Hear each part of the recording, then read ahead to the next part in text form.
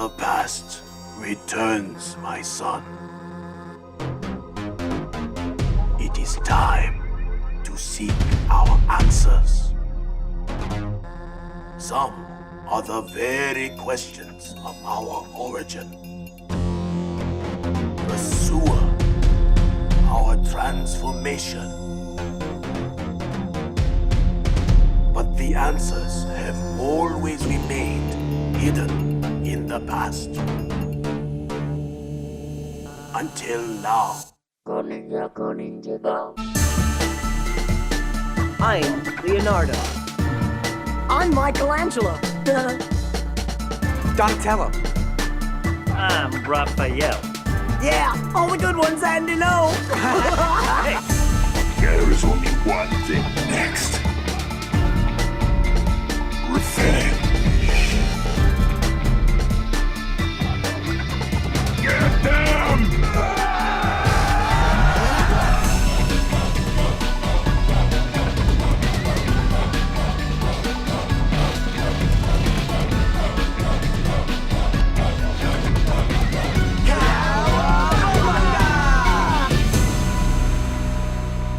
Yo, Rob Lee here for a brand new episode of Let's Watch It Again, my movie review retrospective podcast. And today I have with me photographer, photojournalist, educator, and friend. I'll say friend.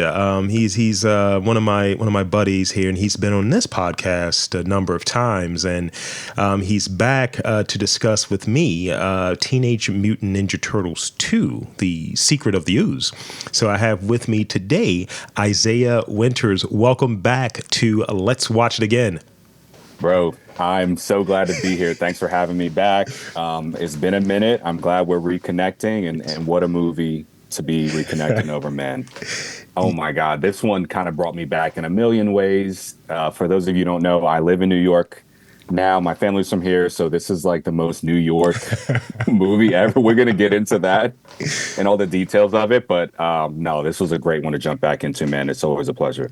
Yes, I mean, I had the chance to go down to, I like these revivals, right? Especially when there's an anniversary year, and this is the 35th anniversary for Teenage Mutant Ninja Turtles II: The Secret of the Ooze, and I went down to Georgetown actually to see it. I had an event. I was going to go to AwesomeCon, so get all of my nerdy stuff in. So I was like, hey, it's an opportunity for me and my brother to get up and go see this. And when this movie came out, I was 6. My brother was 5, and I think we saw it on VHS, but not in the theater. So this is a whole experience, Yeah, I was 2 when this came out. So I'm like, it had to have been on tape. I mean, we had everything on tape, but it doesn't feel that way. Like, I feel like all these movies, the Power Rangers movies, Batman, whatever it was, these were like cultural events. Like, if you were a kid and you didn't see these, like what's going on in your household?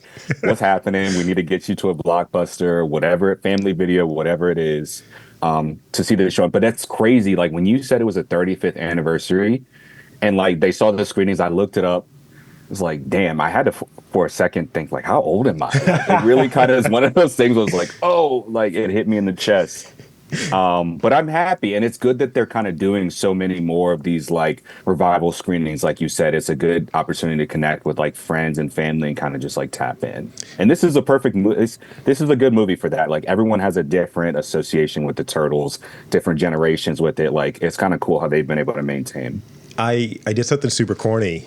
So my dad was at the my studio space, the home studio space, recently, and I have toys in my place. I have so many toys in there. So come on, we all got it. Mine are hidden, but they're here. Yeah, if you knock on the wall 3 times, you kind of scratch, turn this around, and it all kind of opens up. Trust. I got the Turtles merch. So I have my recording gear. I go in there almost like I'm a Batman like side character. I need all of my gear. I need these battery packs.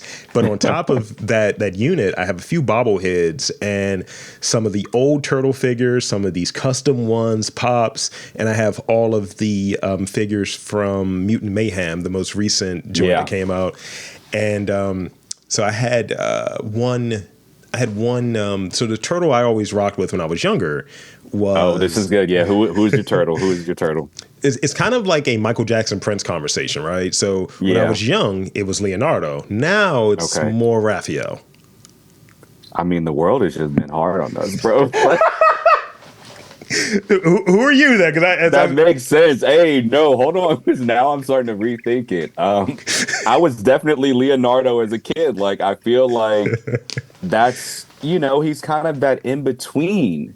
But it's funny that you said now rap, because when I was younger, I was like, damn, like, why is rap mad all the time? Like, bro stomping around in his Timbs, his Butters. Like, why is he always getting into some shit and then, like, causing trouble? Yeah. But you're right now, like, especially being back here in the city, I'll be in the grocery store, someone looks at me the wrong way, and I'm like, bro, like, let's do this right now. Like, I'm so tired. But so I feel like Raph was spiritually like in his 30s and 40s, like at the time that they were teenagers. Exactly. And I think the thing with the sort of thing around like the weapons that they have, like, because Raphael's so aggressive, what have you, he has defensive weapons. And because Leonardo is just like, you have so much restraint, you have the deadliest weapons. Right.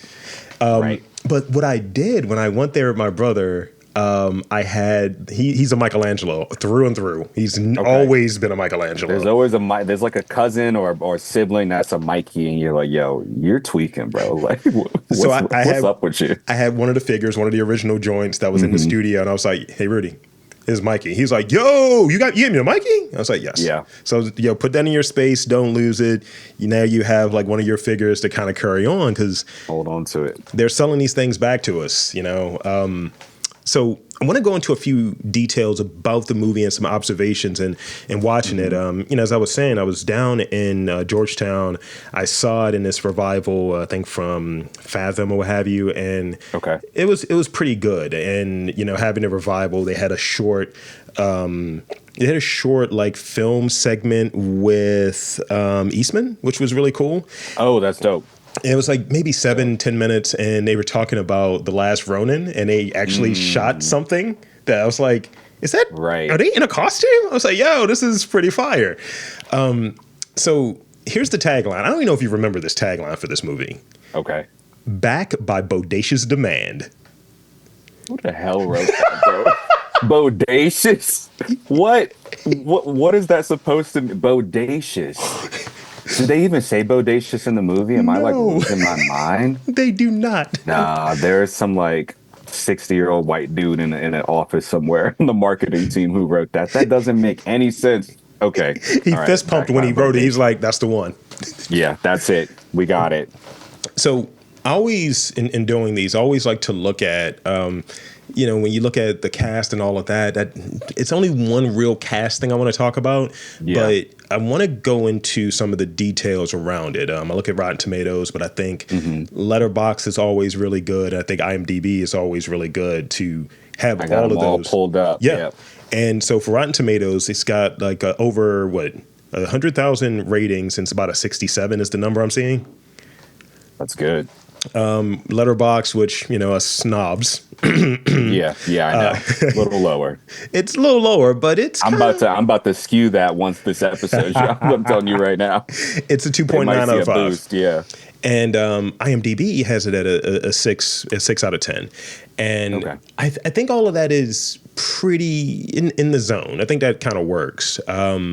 This movie. The first one's very successful, and the first one I like a bit more, and it felt more New York somehow. Yeah. But so the first one's very successful. It had like a $13.5 million budget, whereas this one had almost double that, 25 mil, and it made 78. So when you 3x your budget, it's kind of like you're going to get a third movie. We will not talk about that third movie here today. Bro, no, and I feel like I rewatched that recently, and honestly, it's like, when they say when you have trauma, like your brain kind of like removes memories. Yeah, I can see flashes of the third movie, but it's gone. Like, and I think that's a good thing, right? Yeah. This movie regards to the ratings, like it's good. When I started rewatching, I was like, hold up, this is like kind of fire. Like it starts off well. Yes. I love the way it's shot. It does have like that traditional New York opener. I mean, we're dealing with pizza delivery. We got robberies going on. We got the classic stuff, So I'm kind of feeling at home. Yeah. And then as it goes on, we'll talk about how it kind of changes a little bit from that first movie. Yeah. But I think that's a good place. I'll save my rating for this so we can like talk about it more formally. Yeah. But clearly I liked it a little bit more than a 2.9 on Letterboxd. I do agree the first one's better though. So this movie was number one for 3 weeks. It knocked out Silence of the Lambs from the number one spot.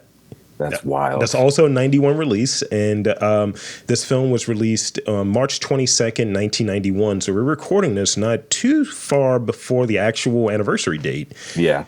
And other films that were in theaters during that time were one of yours, Home Alone.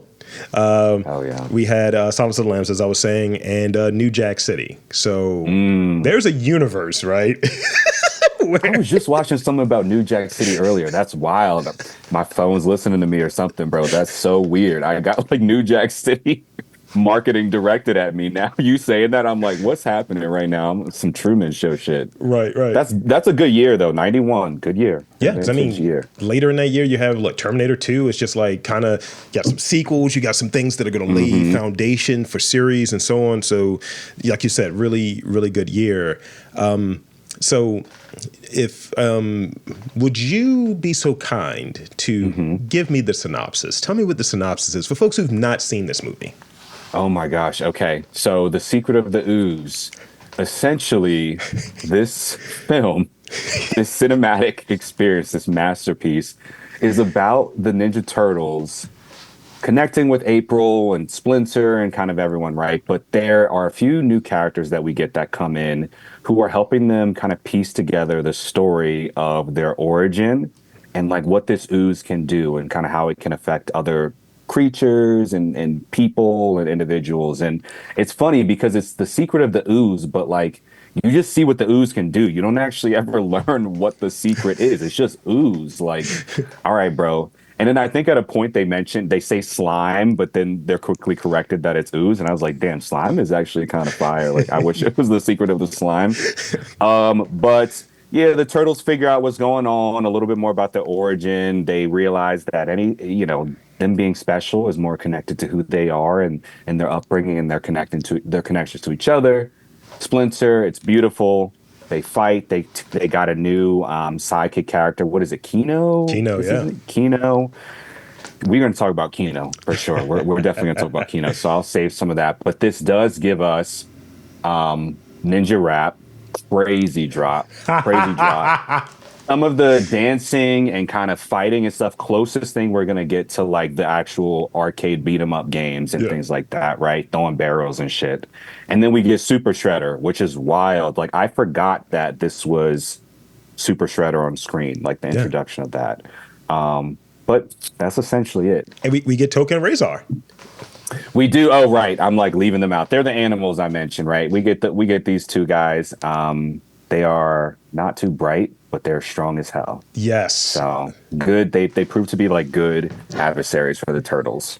I don't know with that, talking about Tokka and Rahzar, we'll definitely go deeper into those two. Yeah. It's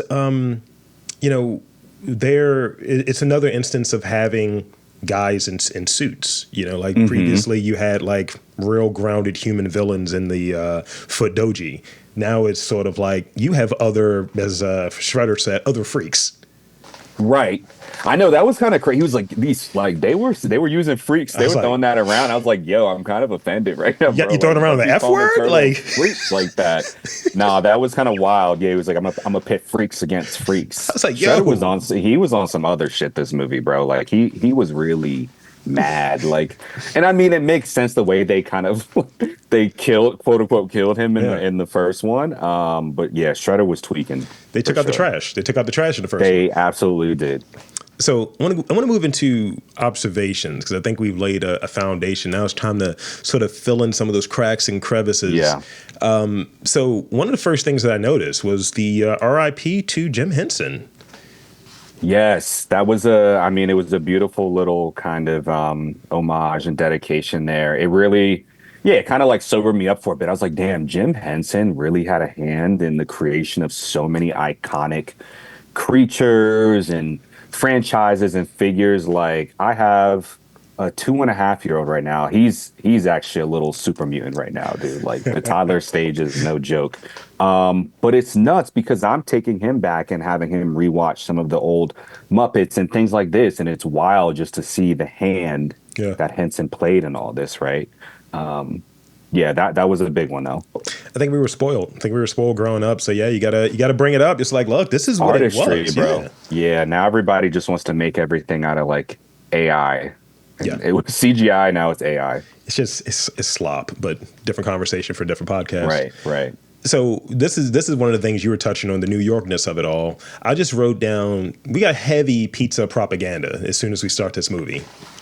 I mean, do I love pizza as much without this movie? I'm not sure. Like the Turtles made it. They made it cool. Not to say that it was never cool to eat pizza, but like if you saw Ninja Turtles, you saw toy merch. Like they're on those shirts with the cheesiest, slimiest, drippiest pieces of cheese pizza, pepperoni pizza you ever saw. And then Michelangelo always ordering like the nastiest shit, like for toppings, bro. Like it was kind of classic. And like, think about hanging out with your friends, your cousins. For me, it was mostly my cousins stomping around the city, right? Yeah. You get a big ass pizza, you go home, like you're like, oh, we're the Turtles. Like we are literally Ninja Turtles right now. We're eating cheese pizza in New York. So I think that's a big thing. A lot of pizza propaganda. I definitely agree with that. I definitely agree. I'll say this. This is as a personal note with you and I.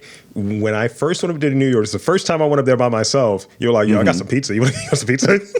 And I was like, Oh yeah. sure. I mean, it's a rite of passage, right? It's like, oh, you crossed the line into the city. Let's get you a slice, like a inaugural slice. It's kind of a way to bless your visit, to make it a successful one. But come on, that's like it's the turtles and pizza. They go together. That's just what happens. So, I put down, it's like we're coming live from Roy's Pizza. That's what I was feeling we were doing. Let's talk about Keno, actually, because we get introduced to him very early in the movie. Right. He has one of my favorite lines because he's kind of a villain in this particular line, but Keno was immediately on. I wrote down initially black Air Force One energy, but then I looked closer at his shoes; they were K-Swisses. Right. Oh, and honestly, that could be more black than the black Air Force One. Yeah, it's crazy because he gets like the first action scene really. Like he kind of starts off with an attitude. He's trying to make a citizen's arrest. Like my boy, it was just crazy. His energy was nuts. Delivering pizza, if I'm not mistaken. Yes. So it's like all of these things combined, right? And then he was just ready for action. Like he immediately started throwing hands. So Keno's interesting. I liked him in the beginning, and then he gets a little weird. Yes. Throughout the film, but he's an interesting one. I like him more than I like other kid characters. And, one of the things I noticed in the credits, and I want to go back a skosh because it was something that he said was a little bit of a throwaway. And as a kid, I was like, this didn't hit. And as an adult, I laughed out loud in there. What did he say? What did he say? When he's like, which one of you girls going to go on this bike with me? And then she was like, in your dreams. And he's like, I dream of something a bit thinner. And I was like, yo. Oh, wow, Keno. I was like, you're a villain. Hey, ladies. Broadway and like. Which one of you lucky girls gets a ride with me tonight? Dream on, dweeb. Yeah, okay. But when I do, I'll dream of something a little thinner. Bro, I think that one just went right over my head. That's kind of wild for him to say in a kid's movie. Because this one is definitely more kiddie than the like first one, right?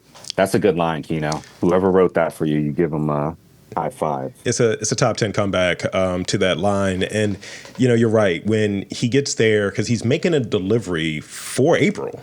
Mm-hmm. And it's like another one to that O'Neill place. And, he stumbles across that sort of robbery in the strip mall kind of KB's Toys R Us situation. And I wrote down, what was the ski mask budget? Because everyone is just wearing like a sock and one dude rips it off who are you? And I was like, just pulls it up, who are you? And then starts laughing at him. Like, bro, what is the point of wearing that mask? You're just gonna be pulling it up at every interaction. and then it goes into, he's like, yeah, I tell you guys I do martial arts. And he's just kind of like beating these guys up. And I'm like, this is great. And then the numbers game, as they say in wrestling, happens. And it's much more ski mask dudes. Enter the Turtles, splash page, here's the logo. And they're jumping through their own logo, which is fire. Yeah. No, that was a really good introduction for them. Like, I love the way that this movie starts off. I think it's like light, fun, music. Everything was kind of just hitting the way that I needed it to. Sometimes you rewatch these movies and you're like, all right, I gotta wait for things to kind of heat up, or like I remember this, I remember that. Yeah, this one kind of has me within the first 5 minutes every time I watch it. Absolutely. And, we have sort of, them do their ninja thing. They take the pizzas, leave the cash. Right. They actually Raph dumps Kino into a trash can at one point for his own protection, which I thought was funny. Oh, yeah. So he doesn't see what's going on and he's not interacting with them with like paper and shit all over him, too. That was good. And one little sneaky thing that they did, because Michelangelo's weapons, nunchucks, are very dangerous. So they have him using pepperoni sticks in place of nunchucks at one point. And it's just like, okay, I see what you guys are doing. I get it. Let's dial it down a little bit. We'll bring the pepperoni in. Let's lean into the pizza of it. Like you said, the propaganda is just rampant. And I think one of the other things in there is sort of the beginning, and you touched on it a bit, where you start to see some of the more cartoony, more kid-centric stuff in both of the movies. Or post when the cartoon is out. And that's one of the things that Eastman says in that intro. He's like, we had the black and white universe, which is very gritty, the original comics. And then in 87, you get the cartoon. And then 90 and 91, you get Turtles 1 and Turtles 2. Yeah. So you get more of the sound effects, more of the sort of goofy kid rhythms. And I think it's fine, but definitely tonally it's a bit different than the grittier. I mean, there's gangland violence in the first movie. Yeah, and you also see it with not just the Turtles, but like even April's interactions with people. I was like, this is her role is kind of dialed down a little bit. It's very like surface level, I would say. She's still investigating things, but her interactions with the Turtles are usually just like her laughing at one of Mikey's jokes or something. Right. It's a lot different. I think it's less like sexual or like suggestive, which is fine. It was, some of the stuff was weird for a kid movie to begin with, but this is the 90s. But I did pick up on some of those differences for sure. Then, so the one of the questions, this is an observation that I made when they get back to April's pad. She's definitely like, yo, y'all gotta go. Like, you teenagers are gross. So she kind of has that. And they didn't really seem like teens before, but yeah, please go. But it's kind of this vibe of like, I'm cleaning up after you guys. I got my career. I'm like, on TV and all of that different stuff. So kind of shifted that role of Skosh. And speaking of April, there's a recasting of the actress. Mm-hmm. We moved to Paige Turco, right? Paige Turco, yep. And, I've read a little bit because I was like, what happened? And apparently I think Judith Hogue, there was certain conflicts that she had maybe with some of the filmmaking and how it went down, and they decided to move in a different direction, and citing they wanted someone to look more comic accurate. And I was like, I hear you. Yeah, I guess, guys. Yeah, sure. I mean, she was good. It was just different. It was just a different April. Like, it almost made me think of the Batman films, right? When we go from Burton to, what is it, Schumacher? Yeah. And like the shift of Batman characters, of Keaton to Kilmer to Clooney. Like, I was like, oh, they're doing like this thing where we're just changing main characters to different actors, right? It's almost as if they thought they were doing the James Bond move, but you have to be a little bit more invested in that, because you could switch that, but it's not every movie. It's like, here's your 3, and then 3 more for you, and then we kind of do that. But you know, you can tell by the texture of the hair at a point. You know, there's a famous line that I said to my partner when we were watching the first Batman from '89. I was like, I was like, Michael Keaton and Robert Wall are having a floof off. Both of their hairs are just volumized. Just like, right. Yeah. Just way up. Having an argument. Bro, what a movie. But no, you're absolutely right about April. And it's weird because the movies come out, they're a year apart, right? Yes. Mm-hmm. That's big. Yeah, to change it that fast. But I guess whatever it was, they couldn't resolve it. Yeah. So let's see. I also wanted to get a gauge, and maybe this is a question that you can provide some insight on. What do you think the time difference was from the first movie to the second movie? Is it a week? Is it a month? Because there are certain things that are going to come up in a moment that kind of says it can't be that long. But in other instances, it feels like it's a little longer than maybe a week. Yeah. With me, the vibe I was getting was maybe it was like a month to 2 months after. Like, let's say the first movie ends in May, like they get through summer and like we're at the end of summer or something like that, right?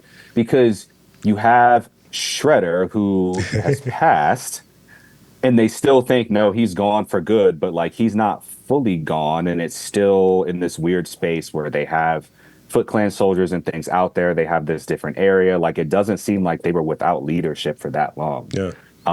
So no, I didn't think it was more than a few months, but I could totally be wrong. Also, the way that like her career shifts, the way that they're still kind of like hiding their identities and stuff, it gave me like fairly soon after the first. Yeah, and especially when we get to reveal which comes up right after that. We have a Shredder swag in. Choose the best man from those that remain to follow the reporter. She is the key to finding the creatures that it is to need. Yes, Master. Next, Master, we rebuild the foot? No. There is only one thing next. Revenge. He kind of takes all of the smoke from Tatsu, because Tatsu's like, who dares challenge me? And he just comes in there with the gravelly, not James Avery voice, but still gravelly. Yeah. It's just like, well, I'm taking this back over. What do you do? He came in there with garbage truck juice soaked sequins and said, I'm reassuming this. And the first thing that Side Foot said, look at his face. Look at his face. Yes. So you knew he meant business. Like, I was kind of like, damn, does my man look that crazy? Like, it was that's Dr. the first Doom thing thing that you say. Yeah, really. I mean, come on, Avengers Doomsday. They taught you how to do it. You better do it right. No, you're spot on. Then we get to, shortly after that, we start seeing some of the stuff with Shredder. He's kind of setting up the new look, the more razor, not quite punk rock, but it's a different version of the costume that he had, the armor that he had in the first film.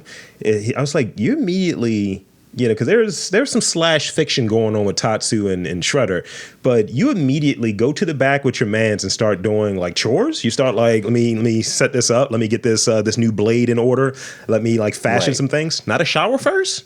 Like, no, right, I hear you. they got right to business. They have fades to administer. Shredder was on some like revenge shit. Like he didn't need to clean up. Like he had blood lust just coursing through his veins, bro. And the thing is, he was so mad. See, here's the thing. My brother mentioned this. He was like, and my dad asked about it actually. He's like, yo, was Casey Jones in this one? I was like, no, because he knew Shredder wasn't dead and he knew he was out for blood. That's why he skipped town. He fucked off elsewhere. He was out of there. He's smart. All these movies, it's always like, yo, bro, move. Like there are other cities you can go to. The pizza kept a lot of people there, but Casey was fine without it. So we get to this sort of next thing. We're seeing April doing her job, and she has like a weird little camera guy, but she's doing her job. And one of my favorite lines happens in this movie. It's they're at the site for TGRI, and which I always used to confuse with TGIF, which is TGIF, is not the same thing. And the line was, "Who is this spasmatic?" I was just like, of course it was Raphael talking about the doctor, and I was just like, spasmatic is wild. Man, who is this spasmatic? Would you give the guy a break? He's a scientist. Yeah, fascinating. I might have to start using that. Yeah, it's been a long time since I heard Spasmatic. They were dropping some iconic lines. That's why I'm like, bro, what was the opening? You said the Bodacious? Yeah, backed by Bodacious Demand.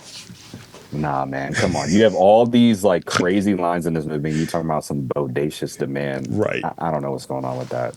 So we get to one of my favorite, other favorite like lines. I think that's in this one and in the first movie. So we eventually get to TGRI. They see sort of the canisters or some information. They look into it and they happen to go there to the place that has the ooze, and they try to crack the code, and then the computer just bad coding. Donatello, I thought you were the brains here. No, the computer got like a 90s virus when you're on the family computer. You clicking on some stuff you weren't supposed to. And before, I just have to say something about that scene with the Foot Clan and everyone, like them all showing up to steal that last vial. Yeah. Bro, I don't know. I've seen this movie like 10 times. They scared the shit out of me when Homeboy is on the computer and he's like, yeah, this is the last canister. Like, guess I got to get rid of you. And then immediately he just gets snatched. Like, I audibly screamed. Nobody's in the apartment. I was like, yo, nobody saw that or heard that. But the way that they grabbed him, I kind of just was like, God damn, like, this movie's kiddie. And then there's some things in there where I'm like, nah, that's kind of violent, bro. Yeah. To me, crazy. When I see something like that, I feel like there's two edits. There's like two cuts going. Two different people are like, well, we got to have this in there. All right, put some goofy sound effects in. Put a bowling sound in there or something. But the line that happens in that same sequence, because they have another fight sequence, and, you know, Tatsu does my favorite, Ninja Vanish, throws the joint down, smoke cloud. I'm like, this is great. Ninja Vanish!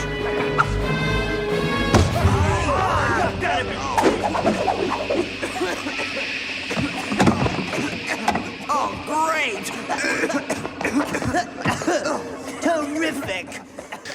So they have the last vial of ooze, because what TGRI is trying to do is find all of the, and that's what the news story April was covering, follow all of like the canisters that were unearthed because there was a dandelion that had a really crazy growth. And they were like super dandelions that look crazy. They were like fabric. Yeah. Let's see. I touched on the slash elements with Shredder and Tatsu. It just, Shredder's just super tight about his face. He's being scarred. He's like, you know, almost like Vega. Like, oh, my face. I can't have that happen. Right. And as I said, garbage truck juice. The cartoony nature of the sound effects is another thing I have. And eventually we have this, I think, a bit of a schism, right? That happens where, as per usual, we get to Raphael saying, I'm going to do my own thing. And he kind of dips off, him and Kino. Always.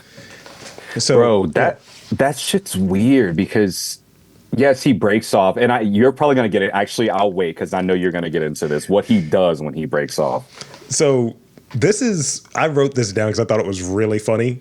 So we get a cameo, and we don't know who this person is at the time, but we know who he is now. Yeah. So you have some guy who I believe was in the first one, but he was maybe one of the Turtles or one of the voices, the guy that comes in with the AC/DC hat, and it's just like, hey, new recruits, you know, the Foot's going to do this. We're going to have all of this. And you see behind him friggin' Michael Jai White, like Michael Jai White just posted up. Pre-spawn, juice in the hair, Michael Jai White. And he gives the whole thing. Kino is there. He's trying to be recruited. And the group, because Michael Jai White is not a white person, despite the last name. The group goes in. Michael Jai White is gone. He was there. Does not walk with them. Bro, I was like, what happened? And then it makes it even worse because he runs back to the car to talk to Raps. I was like, oh, is Michael Jai White in on it? Like, is he going to pop up next to Raphael? Like, you don't think I noticed this big ass black dude was standing right next to you? Everyone walks forward and then he just disappears. Like, what is happening with the edit of this? I'm so glad you picked that up because I thought I was losing my mind. He had to take the train back. He was like, this foot shit's a little light. I hit a post office highway. Like, actually, I'm about to get grounded if I go with you. Like, that was what it was giving off to me. Like, actually, no, I'm so good on this, bro. It would have been really cool, I'll say, if we actually got to see Kino in the foot doji, because he does very well in the recruitment. He's using, the support of Raph, especially with the working in concealment. He beat up the guy, showed his, acumen as a martial artist, and then he shows that he can work in stealth and without a lot of noise with the snatching of all of the bells in 15 seconds, which is fucking ludicrous. But it crazy. happened. Nobody. I'm like, how does anyone get recruited in? Nobody would have been able to do that. That's crazy. So you'll see this big ass turtle in the shadows. Like literally, he's not even wearing his trench coat. Which that's my favorite look. The trench coat, Raph, favorite look. That's iconic. Yeah. I find like when we're in the junkyard, because the movie flows pretty quickly. Actually, when we're in the junkyard, which is sort of the shoebox, I'll call it, the location for the foot. So Kino's doing a lot of the heavy lifting, and there's that subtle, and I think this touches on Kino getting progressively weirder as we go along in the movie.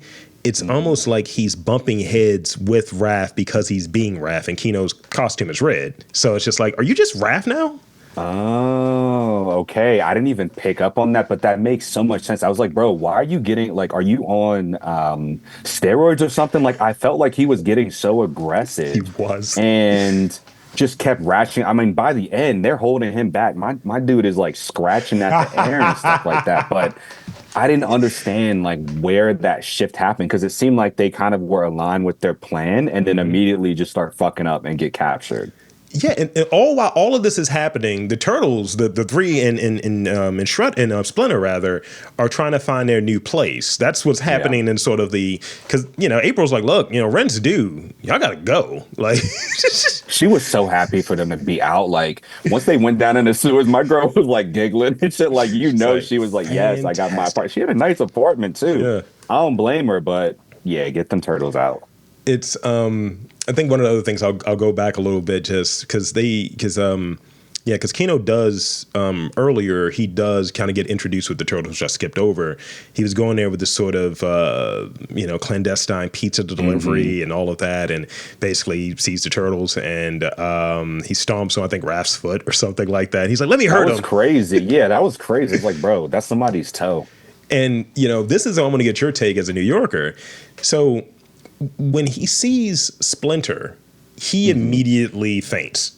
That happens to Splinter so many times. So as a New Yorker, seeing a 5-foot-tall rat, is that just an appropriate response, or? I've been waiting for this. Okay. I had my own Splinter experience. I'm just going to tie into your question here, bro. When I lived in Greenpoint, I lived in this apartment that we were on the top floor.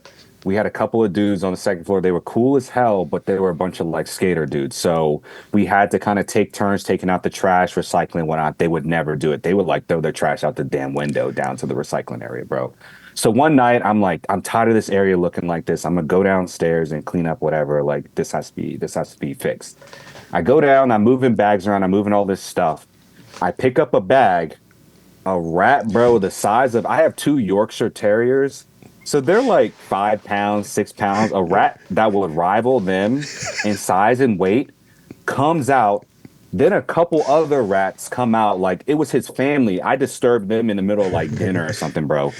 I'm like, fuck, I'm jumping around. I'm running. I'm screaming. The rat takes off across the street. So I'm like, thank God. I pick up a cone that was like nearby. I'm like swinging it. So the rat takes off across the street. I'm like, this is actually crazy, bro. The rat turns around, does a U-turn, runs back for me. He's like, yo, you're swinging on my family? Jumps on me with the cone in my hand, runs up arm, up to my neck, jumps off into the air, and then he's gone. Like, bro was grinding on my arm like a Tony Hawk character. Yo, the scream I let out, dog. I don't care. I don't care. I will never get over this. When I see rats now, you got to play it cool when you walk. You're like, oh, rat, whatever. Like, I don't care. No, I care. If I'm not reacting, I'm pretending that I don't have a reaction. I've been attacked by a rat, a Splinter-esque rat. Fainting, maybe I won't faint, but like you got to be ready to square up because those rats do not care, and if they're not handling your trash and recycling properly, you could be facing something similar to me. So if you come visit, if you end up moving here, I know a lot of people are relocating to New York. Make sure that your garbage and your recycling is taken care of, or you might be in one of these Teenage Mutant Ninja Turtles reboots or something like I was. Okay, it's pretty him tight. fainting makes sense. It makes sense to me, or at least having a negative reaction. But this is coming from a survivor, someone who's been through something like this. I don't think that was funny. That whole scene to me, I was like, "Yo, this is too much." This is a trauma response. Like, what are we doing? I really had a reaction to that. So if you have not seen this movie, you're listening to this podcast. I hope you are watching it before you're listening. Go watch it, and you will know what I'm talking about when you see this rat come out. When you see Master Splinter, I'll put some respect on his name, this Master, but I got it. It brought some things back up for me. It was more like a massive Splinter because, Oh my God, yeah, in my side. So let's see. Got a few more things I want to get through. Then I got some questions a little bit later to get into. So this came up when I'm watching specifically the choreography when we're around, and this is just a statement around like 90s choreography when it comes to fight scenes. There's a lot of standing around with around like Shredder and Tatsu, and it's like you guys are not fighting. There's a lot of one-on-one fights. So I'm like, yo, you already have established that you jumped these guys. You jumped Raph. Yeah, that's the only way to stop them. You can't stop the Turtles on your own. I mean, they were on some Street Fighter shit where it was one-on-one. Really, if it was me, I would have been a good Shredder because I'm bringing everybody in, and then I'm coming in and stomping them out. And I'm saying seize them. I'm like, exactly. Seize them. What is the like meme? It's like off with their head, cut his throat. Actually, never mind. Yeah, hell no. So there's a line in there that's foreshadowing because we know who Super Shredder is. So we get the reveal. They're at the junkyard. Raph is tied up. The Turtles are coming to save Raph. They get ensnared in a 90s or if not 80s or 70s-esque trap of a net, and they get pulled up.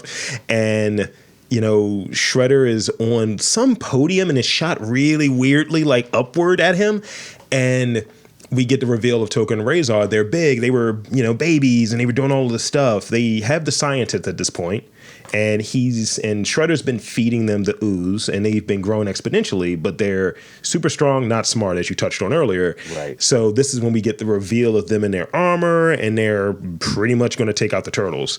They're in the net, and the reveal is Tokka and Rahzar is sort of after the net is shot down with an arrow from Splinter.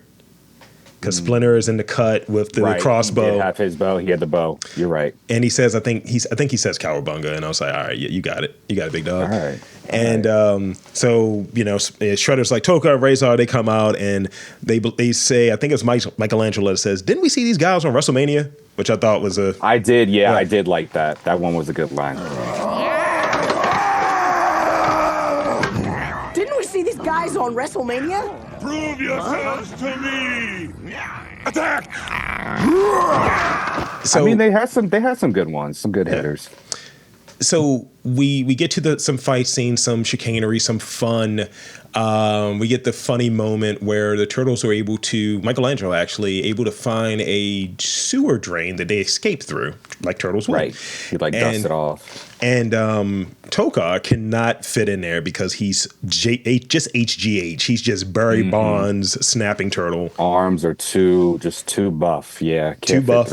Shell's too big. They're tickling his feet. He's having a hard time. I'm laughing.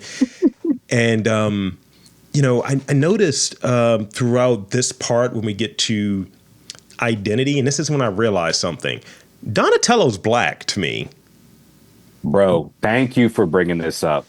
I hope people know this. The Turtles are canonically black, bro. Like, Splinter is voiced by a black man. That means he adopted these Turtles. These Turtles grew up black. They grew up with black culture, a black parent. No, you're absolutely right. Yes. Because why don't more people bring this up? Because he's having some issues when it comes to the identity. He says, I thought there'd be more. When it comes to like the ooze, like you guys just got, because when the doctor explains what happens, he's just kind of like a little crestfallen. He's like, I thought it'd be a little bit more than that. And he's just having trouble with the whole identity thing. Yeah. And then later he definitely checks the black guy during the ninja rap sequence. Oh yeah. which is really funny. He's like, yo, you see this, right? He's like, nice time, bro. Let me get that off you. Yeah. So to draw the turtles out, because they escape, right? To draw the turtles out, they send Tokka and Rahzar to go out and have fun, and they destroy some neighborhood. You would know better than me. And it was just like, this is a set. But, they destroy some neighborhood, and we get to the sort of news story in the morning, and April is talking to Stearns, which, nice to see him because he was in the first movie. Yeah. And he just is a typical by-the-numbers police chief. They have a nice little tete-a-tete about not knowing anything. Mm-hmm. And then he was like, how did you? Yeah, I mean, I like that scene quite a bit. I also like the way that a lot of this is like shot and the way it looks. I'm trying to remember, but it honestly looked like they were down in like Lower East Side or Chinatown or something. I thought it was LAS, Yeah, for sure. So you've mentioned the how it was shot. What did you like about the way it was shot? I mean, we're gonna get this time and time again when it comes to shooting things on like 35 mil film versus shooting it digitally. This definitely looks and feels as though it was shot on film. And then even with all the sets that they created, it's just being someone who grew up here in the 90s, like it looked exactly like I remember it, right? Even the way people are dressing, people walking around, the businesses, and like a lot of that is so different now with the way that development has changed. Like there are parts of Brooklyn that I grew up in that I don't even recognize when I walk past them now because it's so different. So I think they really leaned into like even the places that were sets were recreated so authentically. And it's crazy to say that in like such a kiddie movie, right? But that's just like so important to this. And I wonder, so many people probably visited New York after seeing that first movie or even after seeing this one, right? And I think this is one of those fortunate situations where, of course, you're not going to see big ass Ninja Turtles and rats running around. Hopefully, you might have to fight a rat. But most of what you saw in the movie, like that's what New York looks like. So I thought that was like pretty dope too. And like the attitude, everyone has a little bit of an attitude with each other, which is like kind of funny. Like in that sequence when the older couple is getting their cab and I guess the husband is like, hey, look what's happening. And she's like, oh my gosh, the wife, did you recognize her? No. Did you recognize her? She's from Curb. She is like Larry's main, Susie Essman. Oh, huge actress. But she's Susie in Curb Your Enthusiasm. Nice. So if anyone watches that show, you're going to recognize her, but this is her like much, much younger. But yeah, even that interaction between her and her husband, I was like, oh, you would walk down the street and hear this conversation and just keep pushing. Like tell them to get their own going cab. About your business. Yeah, exactly. Yeah, she was like, why are you doing it? You're gonna do this for everybody? Like, I loved it. So one of the things I think we were talking about a little bit earlier, just April's line delivery of Rahzar is so ludicrous when she's talking to the turtles about them destroying the neighborhood, and then her I guess her production assistant, camera assistant, what have you, he's sick, and then you get to reveal that he's a foot guy, and just kind of letting her know like what's the deal, and like he didn't give a shit. He was like, I've been finessing you. Yeah, exactly, bro. Like you're so dumb. You didn't realize that. He took the mask off the same way the guys Fort Kino did. He's like, I put this on just to take it off. Yeah, that's how they train them. So she relays the message. So the turtles come up with a plan of a anti-ooze, if you will, to lessen the effects and reverse the effects of the ooze, which the science starts to get a little shaky. And eventually they get to the idea of they make it, they drop pizza in it. I don't know if that affected it. We'll talk about that maybe, because pizza propaganda. Right. And it turns out that the anti-ooze, if you will, needs to be consumed. It needs to be eaten. Yeah. So they come up with a bright idea to put it in a donut. And they have this pre-fight ritual of the donuts. So I got a question for you. When you engage in a fight, I feel like you've been in a scuffle or two. What would your donut choice be? Like if you're in a situation, someone's like, Isaiah, we're gonna scrap, but first these donuts. What's the donut that you want? I need to be charged up, so I'm not going with any of these artisanal donuts that I love, the lemon poppy seed, pomegranate, and all that shit. I'm going with a classic Homer Simpson, bro. I'm doing strawberry frosted with sprinkles. Give me that dad strength. Give me that extra strength that I can tap into. Yeah. the sugar rush, and I can just start swinging. Like, that's what I want. Classic. Okay. But I do love, there's a bunch of donut shops around here that I go crazy for. I don't know if we ever went to Peter Pan, but like, shout out Peter Pan. Give me a deal, sponsor me. I love your food. That's how you gave me directions to take the train back. You were like, you're gonna go here, you're gonna go here. Yeah. I left with a bag of donuts. There you go. If you see Peter Pan, you're going in the right direction. For See, me, pizza and donuts, bro. And now that you're saying that, I'm like, damn, this whole movie was a marketing scheme to get us to eat like snacks. And I want to go back and look at like Fruit Gushers and Fruit by the Foot. And so like, I bet you every single snack had like a Ooze version. Yeah. Kind of like, remember when they released, was it Shrek? And they had like the green mustard and shit. Like, I feel like there's going to be Ooze related stuff. I mean, like, I don't know if you remember this when this movie came out, we saw it on VHS, but I remember the cross marketing. They had these Hostess cakes with the Ooze inside, these Hostess pies rather, the cream filled pies, and it had maybe a frame from the film or a clip from the film in there, like a trading card. Oh, and I was just like, can we bring back the Ninja Turtle pies? They were so delicious. Come on. I want all that stuff back. Ghostbusters, Ninja Turtles, Shrek. I don't care what it is. Bring back the marketed stuff. I'm going to see Project Hail Mary later. Like, give me the Ryan Gosling Fruit Gusher collab. Like, I want all of it, bro. And I guess they do that now with the popcorn buckets. But I think the popcorn buckets, yeah. The thing with that, though, it gets a little like... It's obviously marketed versus like, this is a cool thing that we're doing, if that makes sense. So they're making the film a certain way so they can market. And I think that ties into like the more kiddie approach. They're like, oh shit, we can make a ton of money off of this. Like, in a million ways. And one of the things that I'm on, especially in watching the revivals and things of that nature, I get really like, all right, if we're going to do this, I'm here for it. Like, last year was the 40th anniversary of Last Dragon, and I was going to go see it, but then the tickets were like kind of a little too much for a 40-year-old movie. It was like $25, and I was like, is there anything else involved with this? Right. I want nothing. Like extra behind the scenes interviews. I mean, give me a goofy pin or something, because I went to a revival of one of the movies that you and I did of Candyman, and they had trivia. And they had pins for the movie. I got all the trivia questions right because, I be on this shit. You're an expert. Come on. So let's see. We get to sort of the third closing, right? The final confrontation. During a fun yet ludicrous dance sequence is what I wrote down. Could we get like one fan in the sequence where they've given Tokka and Rahzar the donuts, and they realized, like, I believe it was Rahzar realized, like, yo, what the fuck is this? Inside the donut, he sees the ice cube with the mutagen and his anti-mutagen. And then, one of them gets knocked through, one of the turtles gets knocked through a wall where Vanilla Ice is performing. He's just getting it. And I'm just like, okay, we get to this dance sequence, we get to the music, we get to the fun.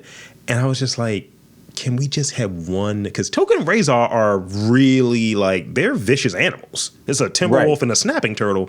Could one of the dancers get slashed or something just like by mistake? No, they weren't doing nothing. As soon as we got to that Vanilla Ice scene, like that, they're shoving that anti-mutagen down their throats and stuff so we can focus on the dance. And I mean, that's why I mentioned them throwing barrels and doing a couple things, but really the turtles were kind of just hyping up the crowd. They kind of looking at people, they pointed people, all the black people were grouped together. So like, they're like, yeah, you like this. And then it was He does say that. They go to the, Vanilla Ice's dance. Don't even get me started on the optics of Vanilla Ice being the only white person on stage, moving like that, looking like MC Hammer, and he got his whole cadre of black men dancing around him with the producers in the back doing they were doing the Marty McFly joint, right? Like, I love this. Right. I was like, okay, I get it. But then the turtles go up, they're like, you like this? They're like, you like this? You go. Like, it was kind of like, throw your hands in the air. Yeah, they're like, wave them like, it was a hype situation. Like, they weren't even worried about fighting at that point. The anti-mutagens in their systems, they're gonna let that work. Yeah. And now they're just kind of just pumping up the crowd because the doctor told Donnie that if you use this fire extinguisher, the CO2 is going to exacerbate it and make it happen a bit quicker. And boom, science. Yeah. So we have a little cutaway where this is another weird Kinoism. Kino is trying to meditate with Master Splinter, and he's like, you know what, Splint, fuck all that. He gets rid of all of the master. He's like, you can't keep me here. Get the fuck out of my face. Like, he runs there. I'm out of here. He runs there. I don't know where they're at. Right? We do know where they're at. But somehow they get to Vanilla Iceland, and he just jumps on the stage, kicks the mutagen out of Shredder's hand. Could have snapped the mutagen. Like, I was like, bro, you could have like had that snap on somebody and mutated somebody in the crowd. Literally. Kino doesn't care about anybody. He has no environmental awareness. He has no situational awareness. When I tell you he came in there like a wild animal, I was like, bro, you're actually the villain. Like, you're the one who's on the mutagen right now. The way he came in, kind of just like scratching and kicking and doing all this stuff. Like, ultimately it worked out. But if I hadn't seen this before, I was like, oh, Kino's about to get everybody in here killed. Exactly. And because Shredder had a hostage. He was going to pour all of it on this woman. And then, Kino just kind of backs off. He's like, yeah, you guys right. I should chill out. He's like, you got it. I mean, we have to mention how Shredder gets blown out of there, though. That shit was hilarious. He fucking so there's two things I want to talk about with that. You got, during the fight, there's one funny thing that happens because Tatsu, as my girl's kid would say, this nigga does no work. He just gets wishboned by all of them. It's like you bitch out animals, you bitch out the foot. You're kind of like, Shredder's mans, but you get your ass beat every time by the turtles. He doesn't do anything. He never does anything. He grunts and he scares animals. He growls and grunts a lot. Yeah, kind of with the captions on. I was like, oh, is it just going to keep showing like growling? Like when he's on he was just like, and I wrote down that you may get this reference because it's a little dated now. Kino is just Poochie from like. Oh, come on. I was like, why are you here? No, you're right though. You're right. So another Back to the Future reference. How Shredder gets blown out with subwoofer or what have you. Yeah. That shit was hilarious, bro. Oh my God. And hits the glass, flies out of there. Like, they really kind of ragdoll, my man. Yeah. You know how they had, I don't know if I'm sure you played Grand Theft Auto 4, but like they used to have these ragdoll physics in it where it was like too realistic. And then they dialed it down for 5. This was giving New York City Grand Theft Auto 4 vibes, the way they blew my man straight out of the venue through the glass. Like, when he turned into Super Shredder, I was like, actually, bro, like, you got it. Like, I would be pissed. I'll be pissed too if I just got disrespected like that. So, two things in this sequence before we wrap up with the Shredder, Super Shredder piece. Yeah. I wrote this down. I was like, yo, there's a Timberwolf and a Snapping Turtle in the middle of a party. Even if it's not the Tokka and Rahzar, y'all saw them change. That's still a Snapping Turtle and a friggin' Timberwolf just hanging out. I don't want to be near either one of those animals. No. Snapping Turtles actually really freak me out because I'm like you're calling it a Snapping Turtle because it has a reputation for just doing shit like that, like biting. The Timberwolf, and they tried to make them look a little bit cute. Nothing that's happening here is cute to me. And then on top of that, you're forgetting Kino is loose in that party. It's a loose Kino in this party. He's loose in that party off of something.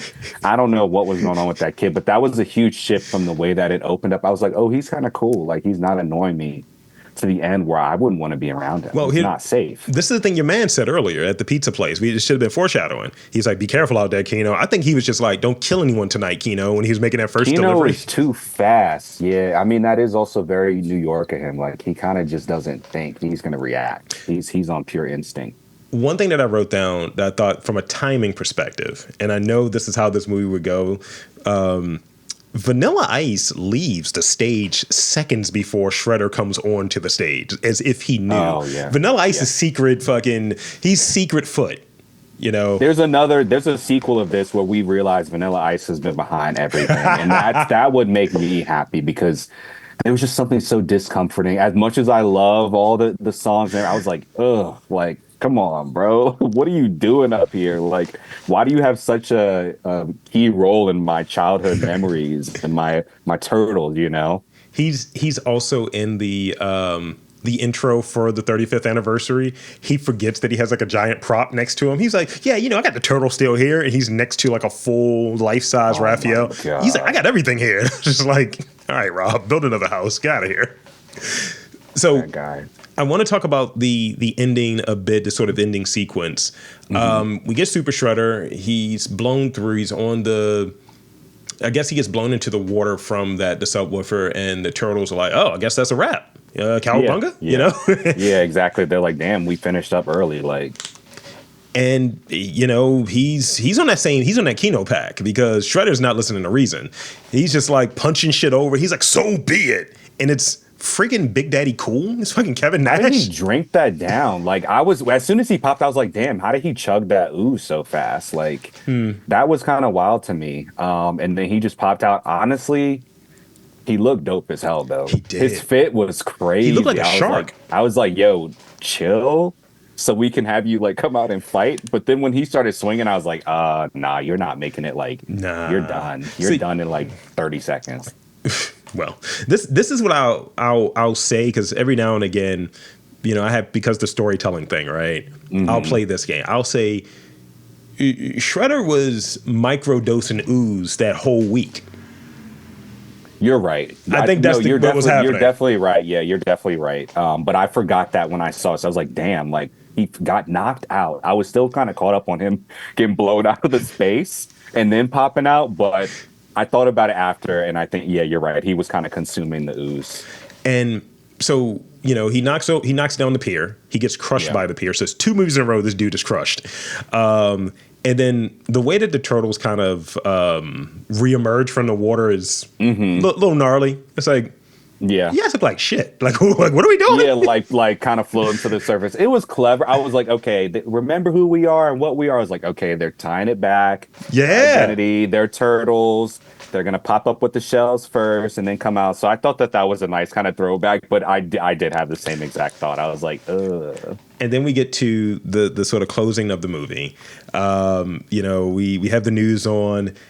Splinter's watching, and Splinter's just like, I told you, motherfuckers, every fucking time, ninjutsu, practice the art of being a ninja. And, you know, you see the newspaper, he sees the newspaper, and he's like, he asked, and he said, guys, did anyone see you guys? Did, you know, anything happen? You guys good? Yeah, master, we're good. You know, and it's like, well, Ninja Rap is born. I would love to have that newspaper, by the way. I was just about to say, bro, I need that framed like on my wall. And that was perfect. He has them do his punishment of the movie is you guys got to do backflips. Backflips. And then they rap on the backflips, and Splinter says, I made another funny. And then we just go to soundtrack. And the soundtrack was fire, too. Absolutely. I was like Shazamming, bro. As soon as that came on, I was like, yes, bring me back. Take me back to the 90s. I had fun with this, man. Like I said, I'm about to throw the whole Letterboxd community off. I'm about to start fights. I want comments. I want debate. I want all of it, because ultimately, I think I remember this being worse than it was. But then it was the third movie. I think I'm thinking third movie's bad. Like this, this was dope. They changed the turtles in the third movie too, and it was a difference. Yeah, everything was different about the turtles. And I think that's, to me, maybe connecting dots. Why seeing that Jim Henson of it all in the beginning, it's just like someone else's shop was doing this and they unshopped like we had it good. Yeah, we really were kind of like eating good, and then now, even that's not part of the canon for me. One of the things in the credits, and I'm gonna move into favorite scenes in a moment, but one of the things in the credits that I stayed, and sometimes it's like no coincidences, you happen to see it. So they had in fight choreography, and it had in there like a full line. Ernie Reyes Jr. does all of the stunts for Ernie Reyes Jr. I was like, you know what? You get to be Kino. You get to be on one because you're kicking people in the face. Yeah, for sure. You left Ty Mock, you know, to make it full connection. You left Ty Mock back in The Last Dragon. You're like, I'm going out on my own. I'm going to hang out with these turtles and figure some shit out. And in the next 10 years, I'm going to beat up The Rock. I'm going to beat up The Rock in the next 10 years, you know, the rundown. He earned it. So here's the thing. So I got, so I have favorite scenes. I have probably 4. We've touched on each one of them. But and feel free to add as I go along here. Yeah. And they're not in chronological order, just for context. Okay. Ninja Rap is probably that whole chunk right there. It's kind of undeniable. You want to deny it because of. Yeah, I know. I can't though. You're right. Yo. It's the green machine, gonna rock the town without being seen. Have you ever seen a turtle get down? Slamming and jamming to the sound. One big chicken freaking boy. The Super Shredder reveal, definitely there. Could have ran a little bit longer, as you were touching on. The last vial of Ooze. He must have drank all of it. It's a Super Shredder.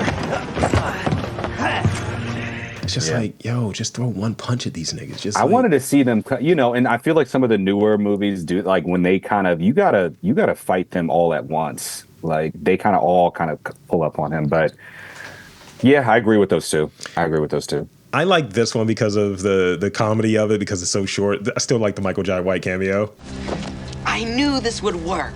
Just remember, we get you in, we find the foot headquarters, we get you out to tell the others, right? Gee, maybe I should write this down. What? Because he just leaves. He's gone. It got my attention. Yeah, I was like, wait, what? And then Kino running back to the car. Like, you don't think this gang of killers didn't notice you? Like, hey, I just got into the secret club. Like, come with me. That one was kind of funny. Just wild blocking, wild camera work. All of it was interesting. And the last one is actually two of them, because I think in duration and in runtime, they're not super long, so I kind of combined them. I think both fight sequences with Tokka and Rahzar are pretty good, actually. Come on, hi guys. It's not gonna work. Yes, it is. They'll eat anything. Num-nums. Oh, yes. Num-nums. Numbers. Yeah. Good boy. Little drooly. Because you get that mutant on mutant situation and show sort of the progress. Like, they had to use their wits because they're not going to outstrength these guys, and they're not going to be able to scare them because you're the same thing.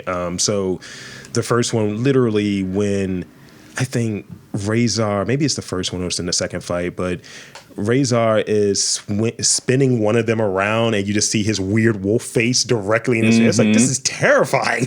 Yeah. That was good. I had that action figure, by the way. Really? Yes. Oh man, I'm jealous.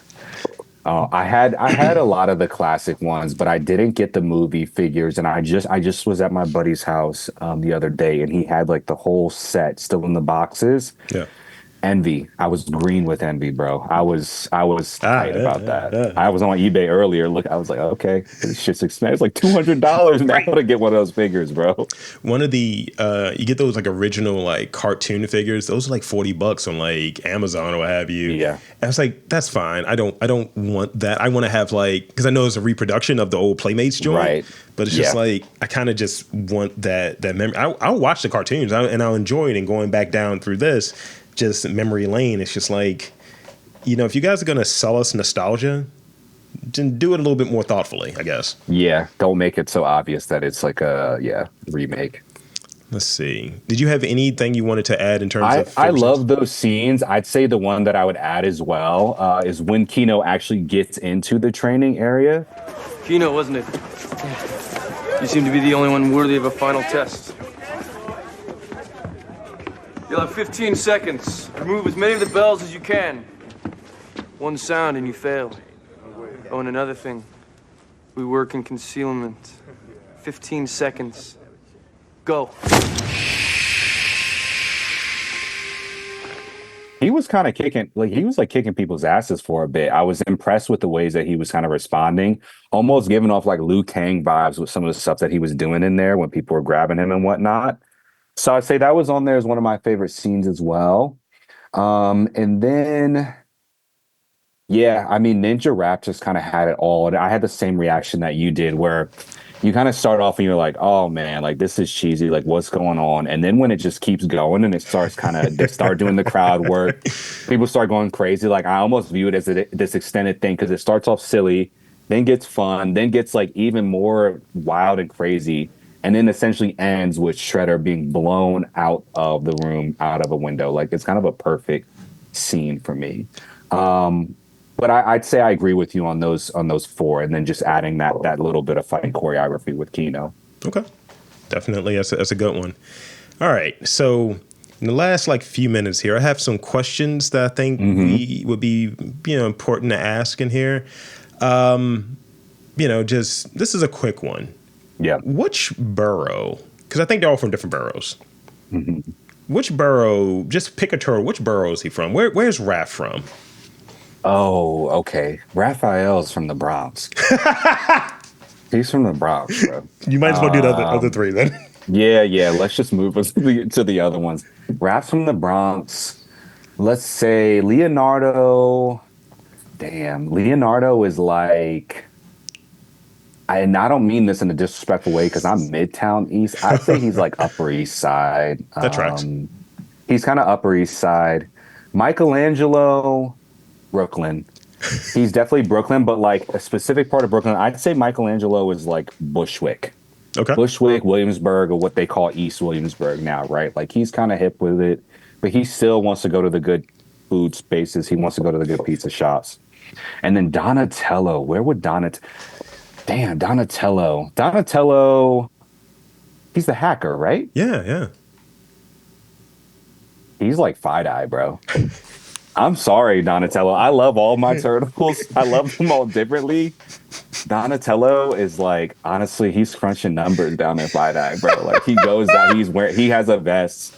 He's going out to the spots, yeah, for brunch and shit like that. Like he's kind of on some different energy, but they're spread out. I like that they're geographically spread out throughout the city, and they bring in different experiences. But Raph, without a doubt, Bronx energy, and I think that kind of why is he do shit a little bit differently? Well, that's why. That's good. It's good. It's a good breakdown. So I got, let's see, Professor Jordan Perry. I feel like he's Baxter Stockman coded. Oh yeah, okay. Without a doubt. He's playing kind of just like that archetype, without a doubt. He was funny. Honestly, I didn't mind him. He was like kind of in between that and like a Bill Nye, kind of like he had his quips and shit. Yeah. The actor always plays a villain, by the way. Yeah, you're right. Okay. Yeah, the way he got snatched up when he had that ooze, bro, I don't know. That shit scared me. Come here, you. Yeah, exactly. It was kind of like that. Like, yeah, come in. Yeah, exactly. Joe Goldberg snatched his ass. Nice. Let's see. So I got three more. A lot of football references in this movie. So, Wishbone Crunch, they're throwing the football around in April's place. They're throwing the ooze around like it's a football during the fight. I'm going to just put it out there because I don't think they're Giants fans. I think they're Jets fans. Oh, man. Oh, that kind of changes a little bit of everything. Gangrene. Gangrene really kind of adds a level of like darkness to their backstory. They're Jets fans. They're kind of used to suffering. Because Splinter's a Jets fan. Because Dad's a Jets fan. Yeah, okay. And he's black. You're right. Got it. Whoa. I agree. I fully agree. Yeah, they're going to the sewers. They don't really have like the best lives. He's like, I remember when Joe Namath was here. Yeah, exactly. They're living in the past. Okay. Yep. Jets fans for sure. Let's see. So I think I know the answer for this, but where the Turtles live, is that the station Mondani was sworn in at? Wait, what station? Where the Turtles live at. Is that the same station where Mondani was sworn in at? Bro. Because I think it said it was City Hall, the City Hall station. It's like under there, yeah, because there's like the transit museum. I'm actually trying to take Luke there soon. Yeah, I think that's where it is because they have some areas that are still kind of preserved to be the way that they were. Yeah. So I'm curious. That'll be something that I look up and bring into the write up if it's that location. But yeah, that's kind of what it looked like. That's pretty tight. Now here's the last one I got for you. This is kind of a two-parter. Okay. So when did y'all choreograph this whole dance sequence in Ninja Rap? And is dick pumping a part of Ninja Rap? It is. All right. It is. It has to be a part of it because, like, not only were they doing it, Vanilla Ice, he thought we didn't see him in the back there. My man was aggressive. He was aggressive. I'm just like, what is happening? And then it made me think of the Super Bowl halftime show because Bad Bunny loves doing that pump move too. I was like, damn, this is kind of like, it's all full circle. Like it's all cyclical. It's like poetry, right? It rhymes. we start with the Turtles and we end with where we are with the Super Bowl. New Wave of York. It's part of the dance for sure. And it's meant to be like a very important part of the dance. Like you're coming towards the end of it, and that's kind of just leaves you with that image. It's a thing that my partner says, I think that was from maybe Black Lady Sketch Show. And it's just like they had a play on this like 90s like New Jack Swing. They were called the Hump Lords with a Z. And that's literally what is happening on that stage. Yes. Chef kiss. Right. Yes, exactly. Exactly that. We got it. And with the Hump Lords. Perfect. So, in these final moments here, I want us to be able to close out, and any final thoughts you have or takeaways that you want to impart from this movie on to folks. Floor is yours. Ninja Turtles 2, Secret of the Ooze. Oh, man. I mean, I'm just grateful to you for bringing this one back to my attention, bringing it back into the sphere. I hadn't seen it since I had Luke, my son. And so the whole time I was watching, I was like, damn, I can't wait until I can have him like watch the first one and watch the second one. Like, there's a few things I've been able to expose him to, but this really brought me back to my own childhood. The pizza propaganda, the humping and pumping, the dancing, the attitude, all of it was kind of there. And it also made me realize I just want to stop with number 2. Like, I'm not going on to number 3. Normally when you watch a film that, one of these series is like, okay, I'm going to keep going. I'm going to get through all of them. No, I'll watch the newer animated ones. Like, what is the newest one called? Mutant Mayhem? Yeah, that one's good, actually. That was fire. Yeah. That was so good. So, honestly, I think I'll probably jump forward to that and maybe start Luke with one of those and then take him back to these when he's a little bit older, right? But this was a good time. It's an hour and a half. If you're just looking for something to do on a rainy day, you want to relive some of those golden days, the youths, throw this on, man. Throw the first one on, throw this on. This is a good, like, party, like, get everybody together type of film, especially if you're in that millennial demographic. Absolutely. I went to see it with one of my buddies, Greg, and my brother, and, we joked about it on the way to getting second coffee and some cookies, and definitely one of those vibes. And everybody I know that's of a certain age, they have a turtle that is their turtle. They have a sort of vibe and an energy that's around it, and you're absolutely right. It's a quick watch. It's not much to like really sit there and chew on and think through, but I think it works because of that. Like, there were 2 movies that I watched this week, that being the second one, but the first one I watched this week was this Last Kumite. It was like a fan-made film of Bloodsport. And yes. It just like took me back that I can turn my brain off while also asking those questions that I like to ask in this sort of setting of what really happened here and why are they humping the air so much in this movie. So yeah, and I'm just really happy that we're able to chat about this movie with you in this capacity because it adds a bit more texture and tonality to it. And it was really fun. So I thank you for coming back on, brother. Bro, I will always kind of join you as long as you'll have me. This is fun. This is like the best homework assignment that someone like me could ever ask for, right? Like I get to study and take notes and really break down the Ninja Turtles, which if you told me I would be doing this stuff when I was a kid, I'd tell you were lying. Like this is the dream, bro. So I'll always be back as long as you'll have me. And I'm looking forward to kind of throwing this into Letterboxd. Absolutely. Well, thank you so much. We'll close out there. So for Isaiah Winters, I am Rob Lee saying this was a great conversation around Teenage Mutant Ninja Turtles 2, The Secret of the Ooze, 35th anniversary. And I thank again, Isaiah, for coming back on and keep watching those movies.